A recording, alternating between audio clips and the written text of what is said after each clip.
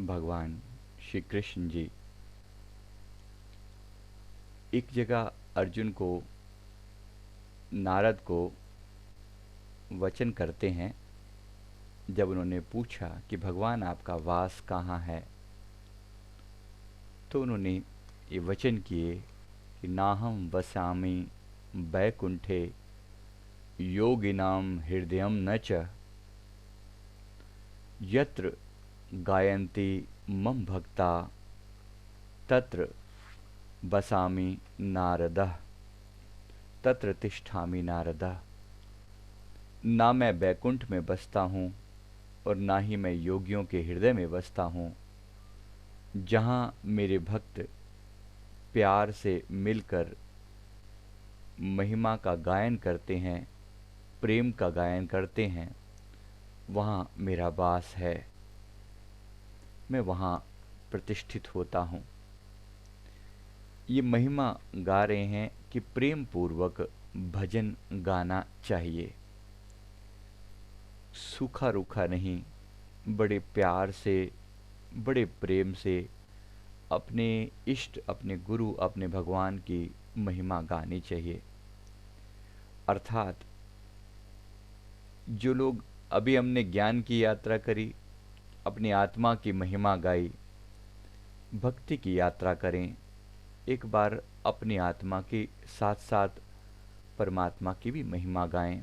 ये जो प्रकृति के सुंदर रंग बिखरे हैं, ये जो चहों ओर झूमता हुआ ये जो आकाश है, ये जो ग्रीनरी है, ये जो जल है,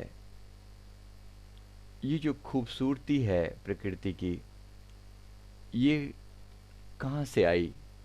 जिसने ये रचना रचाई है उस परम प्यारे भगवान को नमस्कार है। उसे परमात्मा कह लें, अपनी आत्मा कह लें, या जो मर्जी नाम दें, वही इस सृष्टि का जनक है, वही परम दिव्य रूप है, वही आनंद का सरोवर है, वही भगवान है। जिस रूप में आपको अच्छा लगे, आप उसी रूप में उनकी महिमा गा सकते हैं, चाहे इसे आत्मा कहें और चाहे परमात्मा कहें। यही बात जब आत्मा के रूप में कही जाती है तो कहते हैं, मैं जान रहा सब मैं ही हूँ, मैं शाश्वत हूँ, मैं निरालंब, सब मेरे ही प्रतिरूप अहो, पृथ्वी जल पावक हवा गगन, अब शून्य कहो कि पूर्ण कहो, वह तुम ही हो, तुम ही तो अहो, वह तुम ही हो, तुम ही तो अहो, अथ शाश्वत शरणम गच्छामि, अवधूतम शरणम गच्छामि। आत्मा के रूप में अगर खुद को जानो तो ये लगता है कि ये सब मेरे ही रूप हैं। अगर परमात्मा के रूप में, एक भक्त के रूप में, प्रभु की भक्ति के रूप में देखो तो कितना सुंदर ये दिखता है संसार। कि प्रकृति को जो बनाया है, वो जो बनाने वाला है इस प्रकृति के बीच में ही छुप गया है। उसकी महिमा गानी हो तो इस प्रकृति के ही थ्रू ही गानी होगी ना। उसकी महिमा गानी होगी तो इस प्रकृति के थ्रू ही गानी होगी। कैसी खूबसूरती! वो कौन चित्रकार है जिसने ये रंग संजो दिए हैं? वो कौन चित्रकार है? कहाँ छुपा बैठा है? बुल्ले शाह कहते हैं, उसका मुख एक ज्योत है, घूंघट है संसार, घूंघट में वो छुप गया, मुख पर आंचल डार।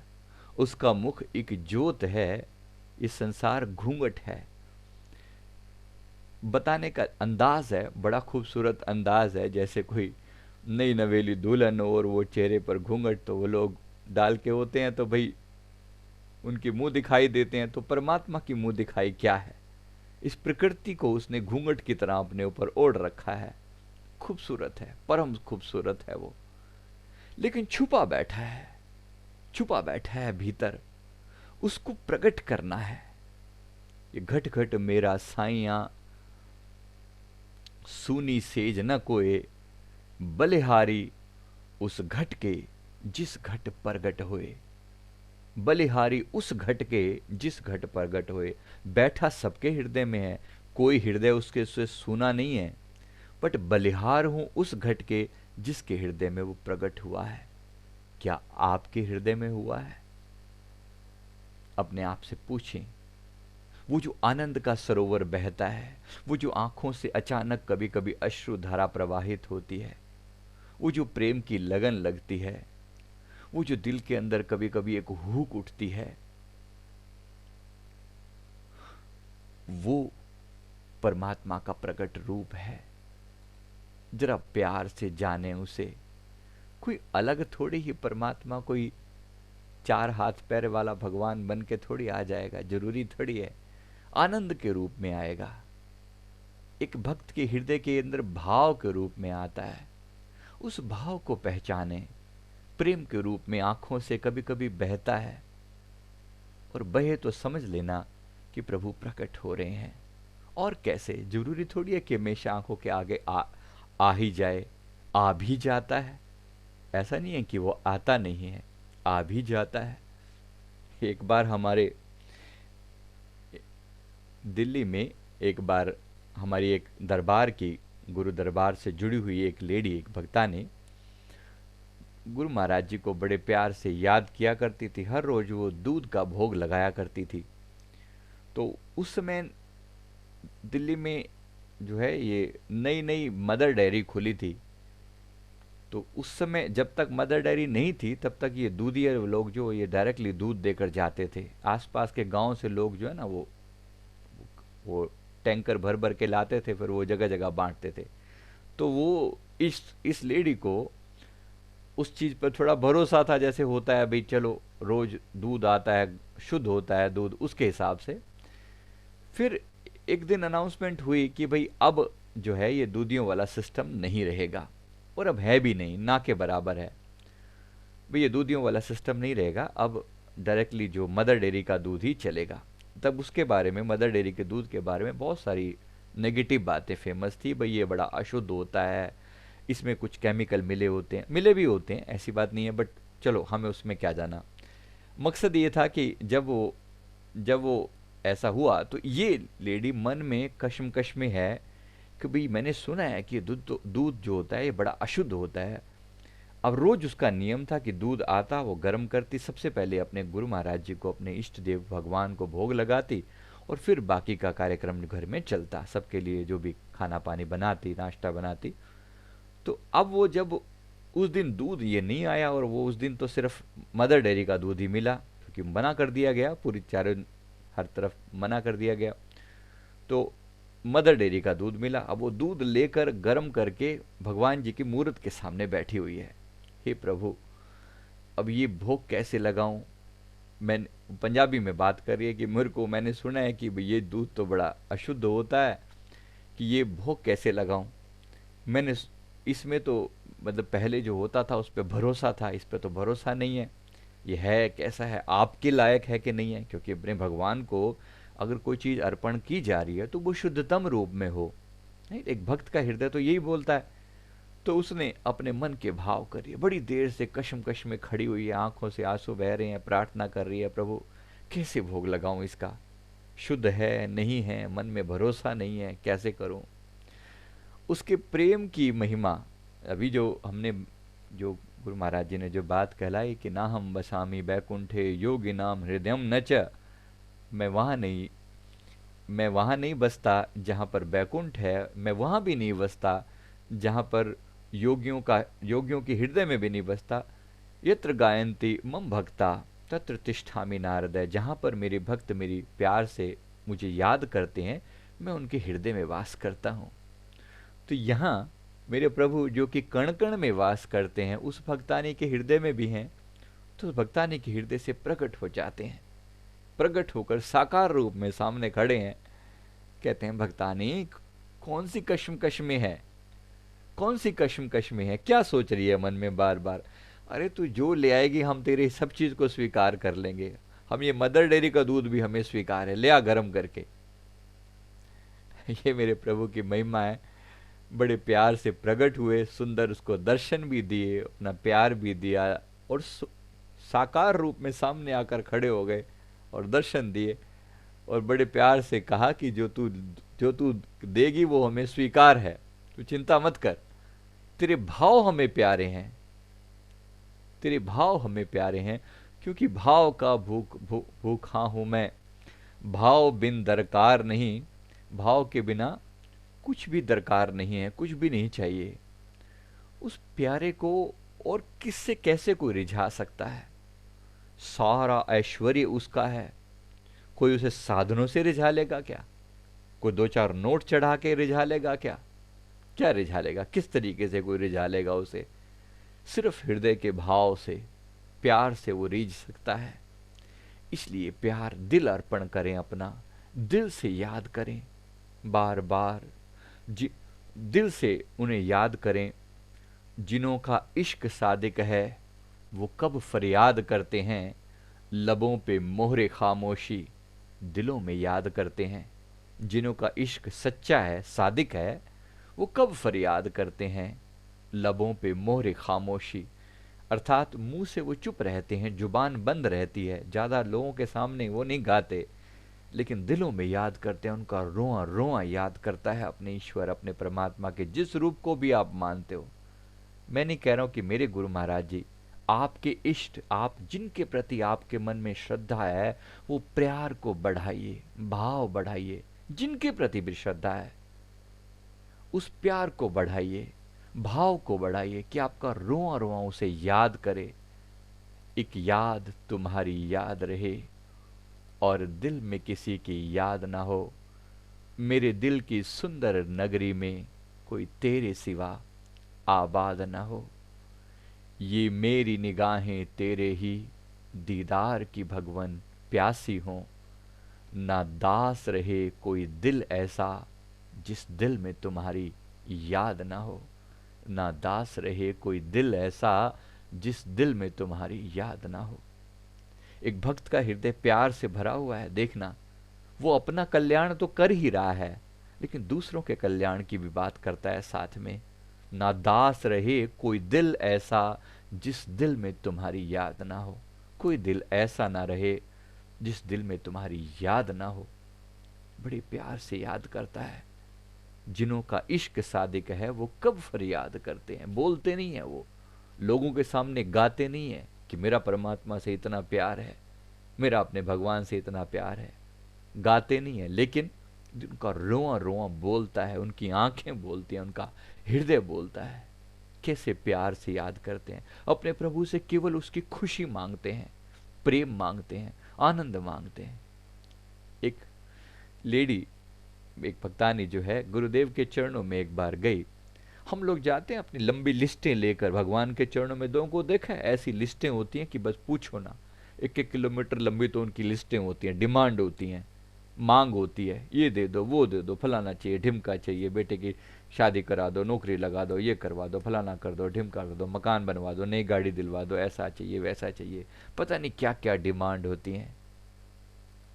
प्रभु भी सुन सुन के उकता जाते हैं। कोई रब का प्यारा विरला, लाखों में से कोई एक आता है जिसके दिल में कोई सच्ची प्यास होती है। वो जब आता है तो फिर वो सच्ची चीज़ ही मांगता है। भगवान जी को कह, उसने प्रार्थना करी, प्रभु जी एक मांग सुनो, मेरी विनती स्वीकार करो। हाँ जी बोलो, क्या विनती है? उसने 2-3 बार बोला। भगवान जी अपने श्री सद्गुरुदेव भगवान जी सामने विराजमान थे। जरा इधर उधर ध्यान था, और भी लोग खड़े होते हैं, लाइनें ना, कई लाइनें लगी होती हैं, मतलब एक साथ जो है 7-8 लाइनें चल रही होती हैं। तो इधर भी दर्शन दे रहे हैं, इधर भी देख रहे हैं, इधर भी देख रहे हैं। सब जो आगे लोग आते हैं उनको गुरुदेव दर्शन भी देते हैं, कभी कभी बातचीत भी करते हैं। तो जब वो दर्शन दे रहे हैं तो वो बार बार, प्रभु जी, स्वामी जी मेरी विनती स्वीकार करो। फिर जब 2-3 बार पूछा तो गुरुदेव ने पूछा, महात्मा जी क्या कहती है, जरा सुनो इसके बाद। जाके सुनाओ, हाँ जी बोलो, क्या विनती है? कहती है, भगवान जी को खूब मुस्कुरा के दिखा दें, मांग देखो उसकी, भगवान जी को कहो मुस्कुरा कर दिखा दें एक बार, बस उनका प्यार लेने के लिए आई है। जैसे ये बात गुरुदेव के आगे उन्होंने करी कि प्रभु कह रही है मुस्कुरा के दिखा दो, प्रभु जी इतना खिलखिलाकर हंसे, इतना खिलखिलाकर हंसे, जैसे संपूर्ण ब्रह्मांड की सारी खुशियां जो हैं उसकी झोली में डाल दी। इतने प्रसन्न कि कोई सच्चा आशिक आया है। और मांग देखो क्या मांगा है। मेरे प्रभु मुस्कुरा कर दिखा दो बस। और कोई मांग नहीं, कोई बड़ी बड़ी चीज़ों की इच्छाएं नहीं है, कोई डिमांड नहीं है, बस दिल में प्यार है, दिल में प्यार है। बस इसी बात को समझ लेना।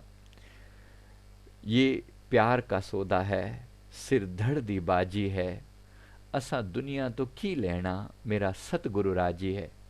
ये प्यार का सौदा है, सिर और धड़ की बाजी लगा देनी है। ऐसा प्यार से याद करना है कि उस उसकी याद के सिवा कोई दूसरा दिल में रहे ही ना। उसकी याद के सिवा कोई दूसरा दिल में रहे ही ना। ये दिल मस्कन गुरु का है, स्थान है उसका। ये दिल मस्कन गुरु का है, गुरु ही उसका मालिक है।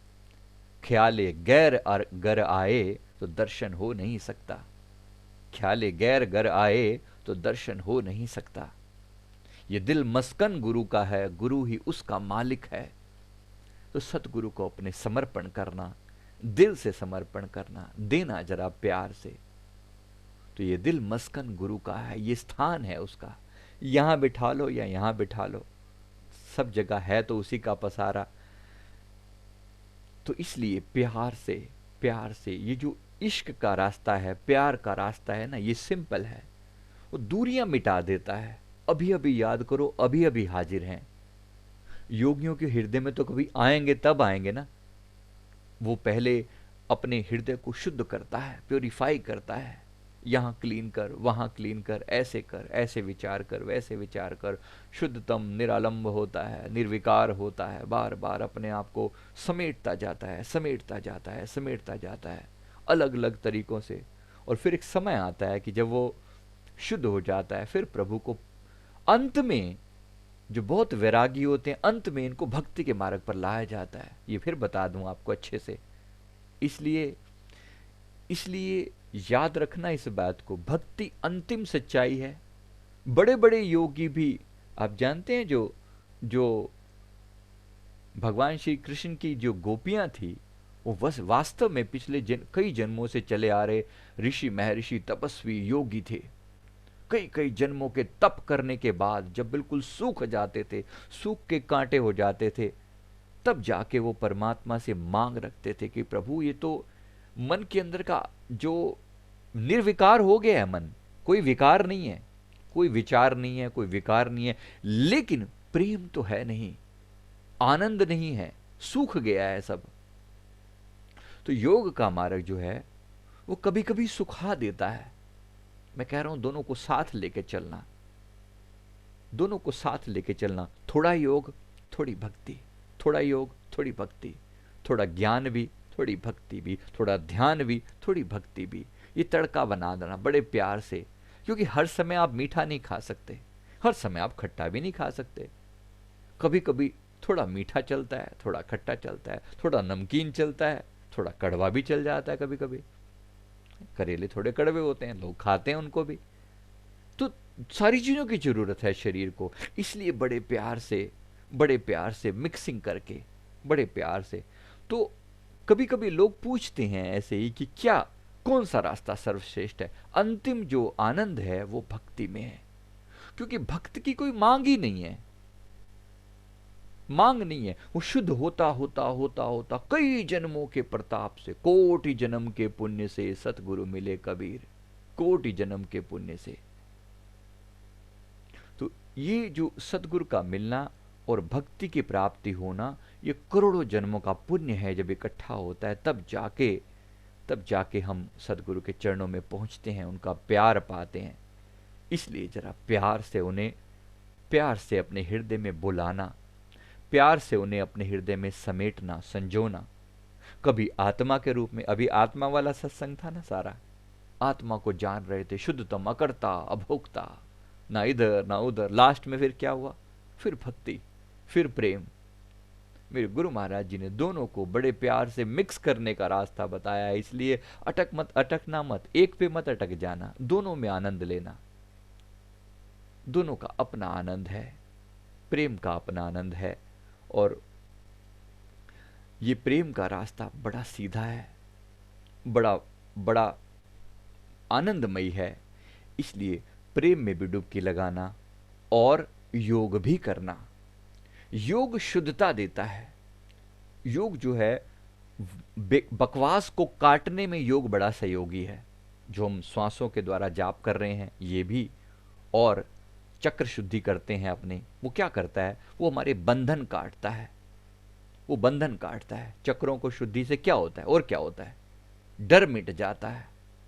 देखो कितने लोग, कुछ लोग हैं जो साथ में करते हैं, मैं आप समझिएगा, बस इतनी सी बात है कि जो जो चक्रों को शुद्ध कर रहा है, बस वो निर्भय होता चला जा रहा है, अंदर से निर्भय हो रहा है, कॉन्फिडेंस बढ़ रहा है, पावर आ रही है, विल पावर बढ़ रही है, शुद्धिकरण हुआ अपना। अब शुद्धिकरण का करें क्या, यानी बर्तन साफ हो गया, बर्तन साफ हो गया, लेकिन इसमें डालें क्या, वो डालने लायक जो अमृत है वो प्रेम है। वो डालने लायक जो अमृत है वो प्रेम है। जरा प्रेम में डुबकी लगाना फिर। तो कभी भक्ति प्यार, कभी ज्ञान, कभी ध्यान, जो मिल जाए वो सही। मेरे प्रभु ने पांचों साधन बता दिए, एक से नहीं बात को खत्म किया। श्री आरती पूजा भी बताया, सेवा भी बताया, सेवा का रास्ता भी बताया, कर्म का रास्ता बताया, कि ऐसा नहीं है कि एक भक्त बैठ जाए, बस प्रभु अब आप ही सब करो, मैं तो बैठा हूं मजे ले रहा हूं। Not like this. एक भक्त अपने आप को कुर्बान करता है, भक्त कुर्बान करता है अलग अलग तरीकों से। वो सबकी सेवा करके प्रभु को प्रसन्न करने का प्रयास करता है। एक हमारे यहाँ पर एक भगत जी हैं, मतलब भगत जी का मतलब जेंट्स, जो उनको हम बोलते हैं भगत जी, वो मतलब कहते जिस समय तक हमारी उनकी वाइफ जो है भक्तानी उनकी जो वाइफ है वो मानती नहीं है, वो कहते वो लगभग 8 बजे तक उठती है, और 8 बजे तक ये सुबह इनका रूटीन सुबह 3 बजे चालू हो जाता है। कहते 3 से 8 बजे के बीच में मेरे पास 5 घंटे होते हैं।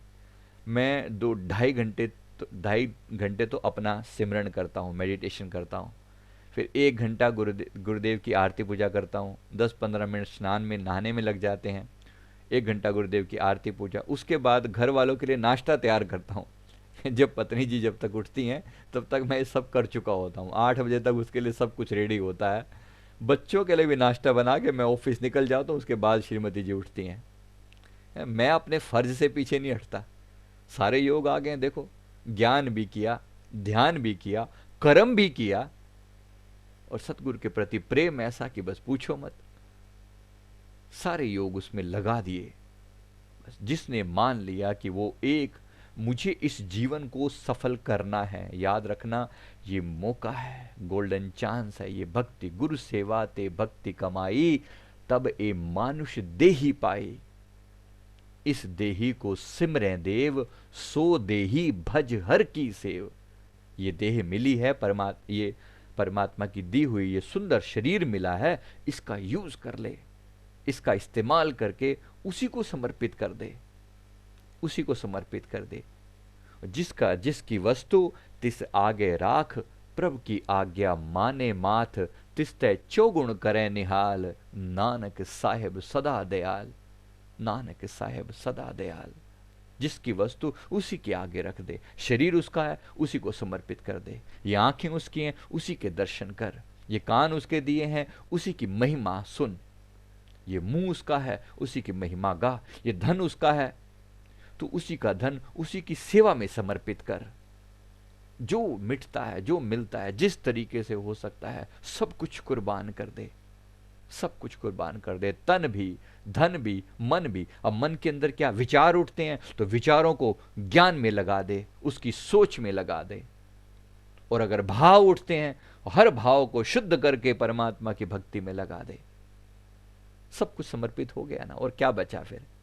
जब तन दिया, मन दिया, धन दिया, तो आत्मा कहां जाएगी फिर, कहां जाएगी।